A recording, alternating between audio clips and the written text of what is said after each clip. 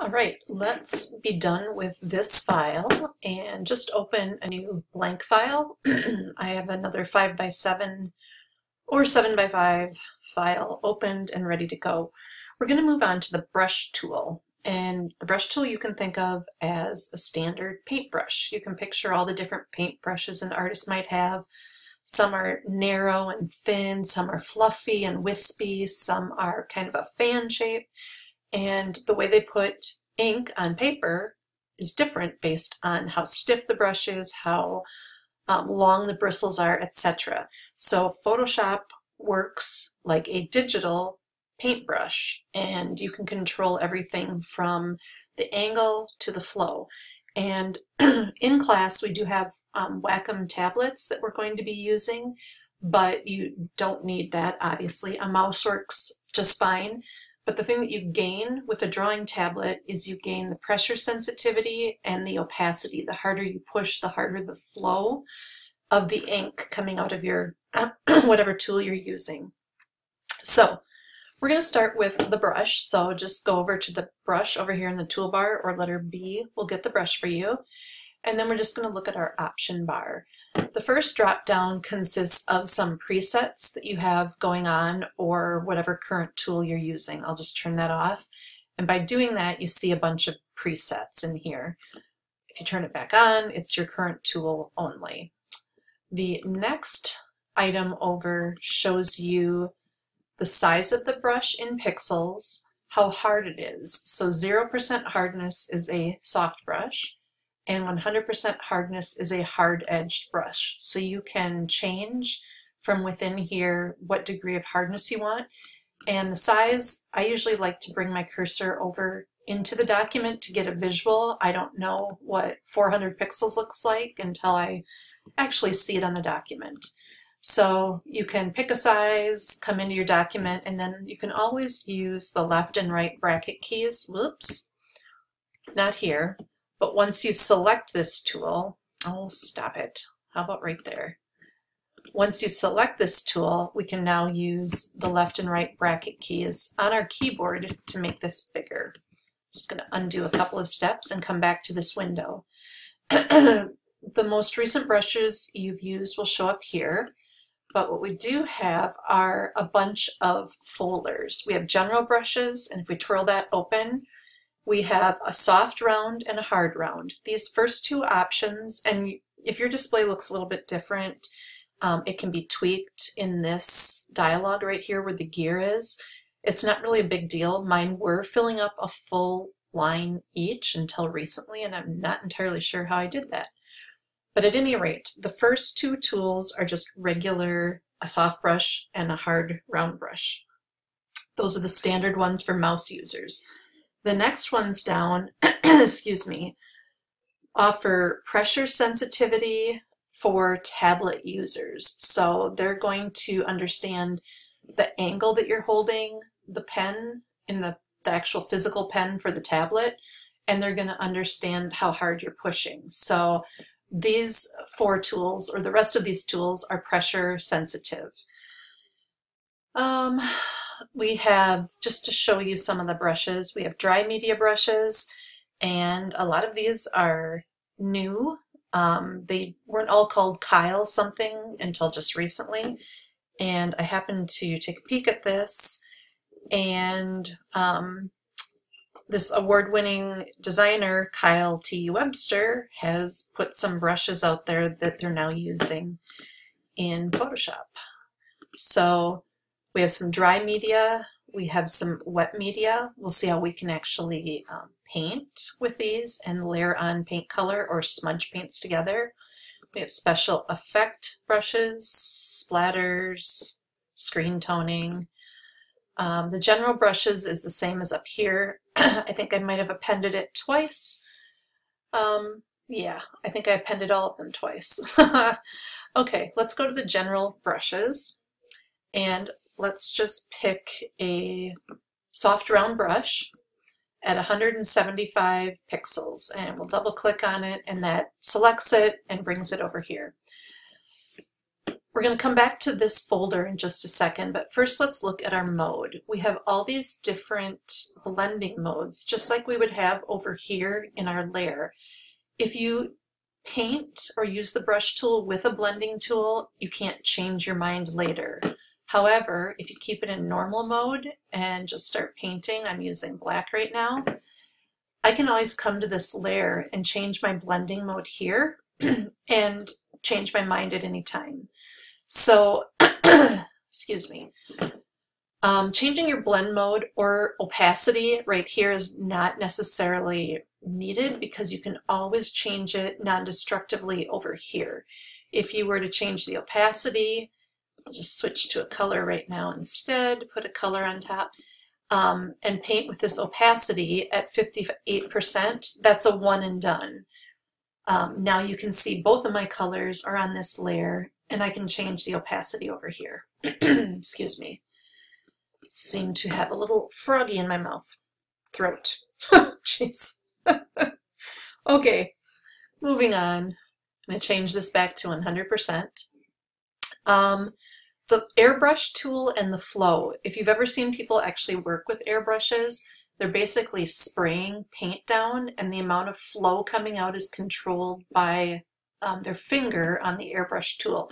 If you go into this mode, your cursor is going to behave as an airbrush, and it's going to keep piling up color on top. It's adding to it at all times.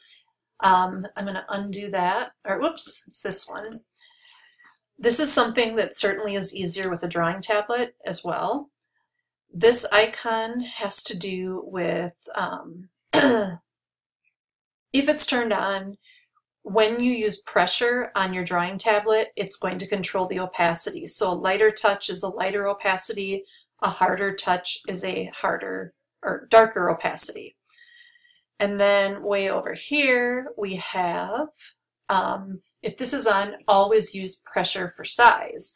So if you choose that option, as you're pushing down, your brush is going to get bigger. And as you ease up on your brush or on your drawing tablet tool, the pen tool that you're holding, it will get lighter. So when you're using drawing tablets, these icons become much more clear because you can actually use them. While we're at it, I'm going to have you all have your history window open because we're going to make a lot of messes and go back to a blank slate. So turn on your history window. It should look like this. I'm going to go back to my new status. I'm going to undo all those steps I just took. And I'm going to show you this last option real quickly. This one is symmetry. There we go. And if we click on it, we can say where we want this symmetry to come from. So if I chose the mandala overlay, it's asking me how many segments do I want. And now whatever I do with any tool, but specifically with my brush tool, as I'm drawing in here, it is going to, whatever I did in this quadrant will be equally balanced out in every other quadrant. So if I change colors on my foreground right here, and I just change the brush to maybe be a hard brush and smaller, and I come in and I do something else here, this is not only mirroring it and or reflecting it in all 5 quadrants. You notice I only painted to the right and over, and it mirrored it to the left and over. So you can create some pretty fun stuff just playing around with different brush sizes and colors. I'm just going to do a circle in there, and that's what I got. So this reflect on the axis tool is kind of fun. Just thought I'd show that to you. All right, let's click back to an all new document, and let's go back to a regular brush. So I'm just going to do a hard round brush, and this size is fine. So I'm going to double click. It's going to be red. That's my foreground color, full opacity. And if we drag, we create a freehand stroke. If we shift and drag, we create a straight line. Notice that did connect. That was kind of weird. Well, that's always going to be the case. Interesting. If we click and then shift click, we're going to create a straight line that way. All right, let's go back to new. Something that Photoshop is doing, just so you're kind of aware, is it's not creating a line and filling it. It's actually putting down a bunch of droplets of ink, if you can picture it that way, to make this shape. And that's a hard brush. So if I happen to go to a soft edge brush and paint, you'll see the difference. And you can kind of see the jitter in there where it's a bunch of little dots. It's not one solid line like we think of in Illustrator. Okay, I'm going to go back to new, and I'm going to show you now the brush panel. So if we're working with a brush, so I'm just going to keep this 134 size pixel soft brush, and then I'm going to click on the brush panel tool, this right here. Whoops.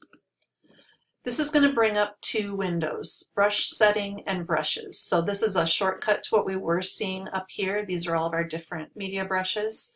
But the brush settings is where we can actually tweak this one brush that we're working with. And everything on the left is available to you. When you highlight that option, it's going to show you options for it. And if it is checked, it is being applied. So if we go to Shape Dynamics, right now this is what my 135 pixel soft brush would look like, but I can change the jitter, and it kind of starts to give you a preview down here of how that might look differently. The minimum diameter, I can play around with this. The angle jitter, I can tweak. So everything within this dialog is affecting how your brush works. So I'm going to just use it a little bit, and I can definitely see some variation here. If you turn that off and move on, by the way, if you have a bunch of these checked, all three of these are collectively affecting your output. So if you want to try something different alone, you need to uncheck and move to the next. So scattering will scatter these paint droplets that are being dropped down. As I told you, it's not really a straight line like you see originally. As I start pulling to the right and those droplets start scattering, you really see that. So again, if I were to paint with this in scatter mode, that's what it looks like. Uncheck that one. I'm going to switch colors just so we can tell what this next one is going to be. And again, you just click on either the double arrows here, or you click X, and that flips your foreground and background colors back and forth. The next one down is texture. You can load up some textures in here, and a lot of these are new, so I have no idea. I've never done trees before. I'll try that one. So I've loaded that texture, and then how big of a scale do I want it to be? I can stretch the scale of it, the brightness, the contrast, the depth. You can do all sorts of things here, and this is a texture brush. Dual brush lets you place one tip inside the other. Brush number 1 is the brush that you specified in the shape part over here originally. And brush number 2 is the brush you specify using this control. I'm not going to worry about that one. Color Dynamics, we go to that one. This one lets you introduce some randomness of color. So we can change the foreground, background jitter going between the two, the hue and the saturation. So I'm just going to use it a little bit. You can tell this is very different from my swatch. So the hue has been tweaked. I go over here. We still have some saturation issues going on. Now it's starting to look a little bit normal, or like it does in the swatch. So you can change all of these and get a lot of variety here, as you can see. Transfer, this one is going to control the randomness of opacity and flow. The brush pose, this next one down, is going to work with the tilt that you have with your tablet. So tilt, rotation, and pressure. Noise is going to add some speckling. get down in here. Come on. Off, off, noise. Maybe I can't do noise. Oh, there's the preview right there. How weird. Noise will add some speckling. Wet edges will give you a finger painting effect. And build up turns on the airbrush option in the option bar for you, so you don't have to go up and turn that up here, the airbrush. Smoothing helps jittery mouse users create smoother lines. And protected texture helps assure a consistent texture pattern when you're using the texture brushes. So there are a lot of pretty cool things in here, and you can tweak it. You can change it to both axes. I'm looking at the scatter brush again. It's going in every which direction. So you can have a lot of fun with this. Put that back down, and I'm going to go to my window. History panel seemed to go away, and I'm going to switch back to new. And I have one last thing to share with you about the brush tool, which I think is pretty cool. It's actually making your own custom brush. And to do this, you have to be working in black on a white background. So this can be anything as a custom brush. It can be a shape, it can be a logo. So a lot of people like using their maybe their signature or something like that as a watermark on their photos. And you can do that. This is not the best way to do it. I'm just going to share that with you. I would do it with a scanned version of my signature or something like that. But if I were to take a hard round brush and attempt to write my name with the mouse, which is hard, let's just say I really loved that. That was I wanted to make that into a brush. You can do whatever it is, black on white, take the rectangular marquee and select the artwork. And then from here you're going to do Edit, Define Brush Preset. So what do I want this brush to be?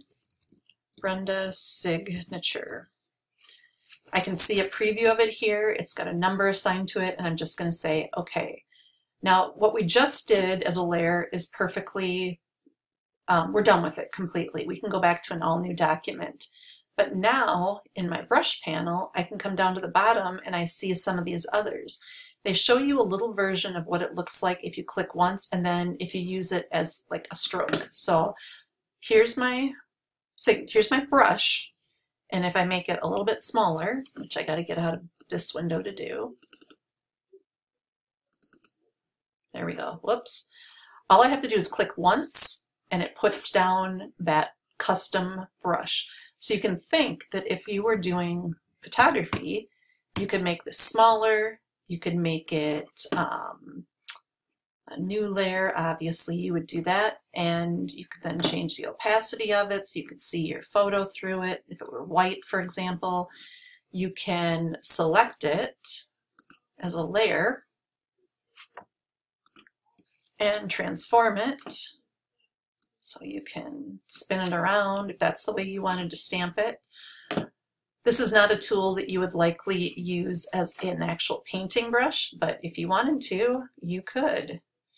So these custom brushes can be pretty cool as watermarks. I'm going to go back to new.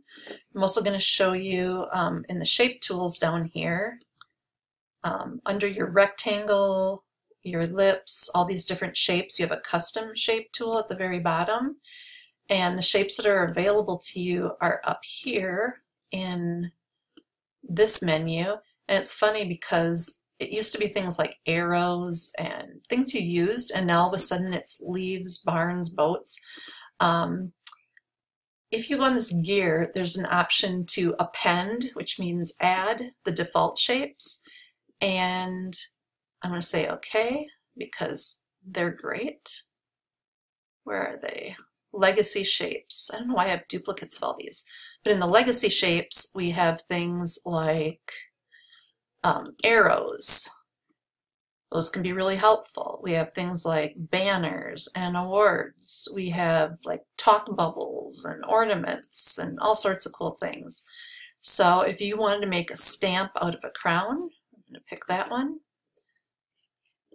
There's my shape size. And then with this, it's a shape. We're not using it as a stamp yet. You just draw it out, whatever size you want. It's filled with black.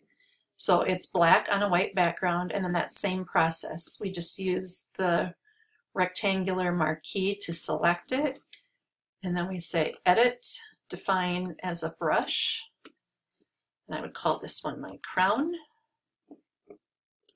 Go back to a clean document, and then if I wanted to paint with a crown, I could. Or if I just wanted to click once and have a crown, wherever I clicked, I could do that as well. Change the opacity of this brush. Do things like that. So it's kind of fun. I think it's fun to make your own custom brushes sometimes. Before I leave the brushes, oh, come on, go back to new. I do want to show you some cool things that I stumbled upon.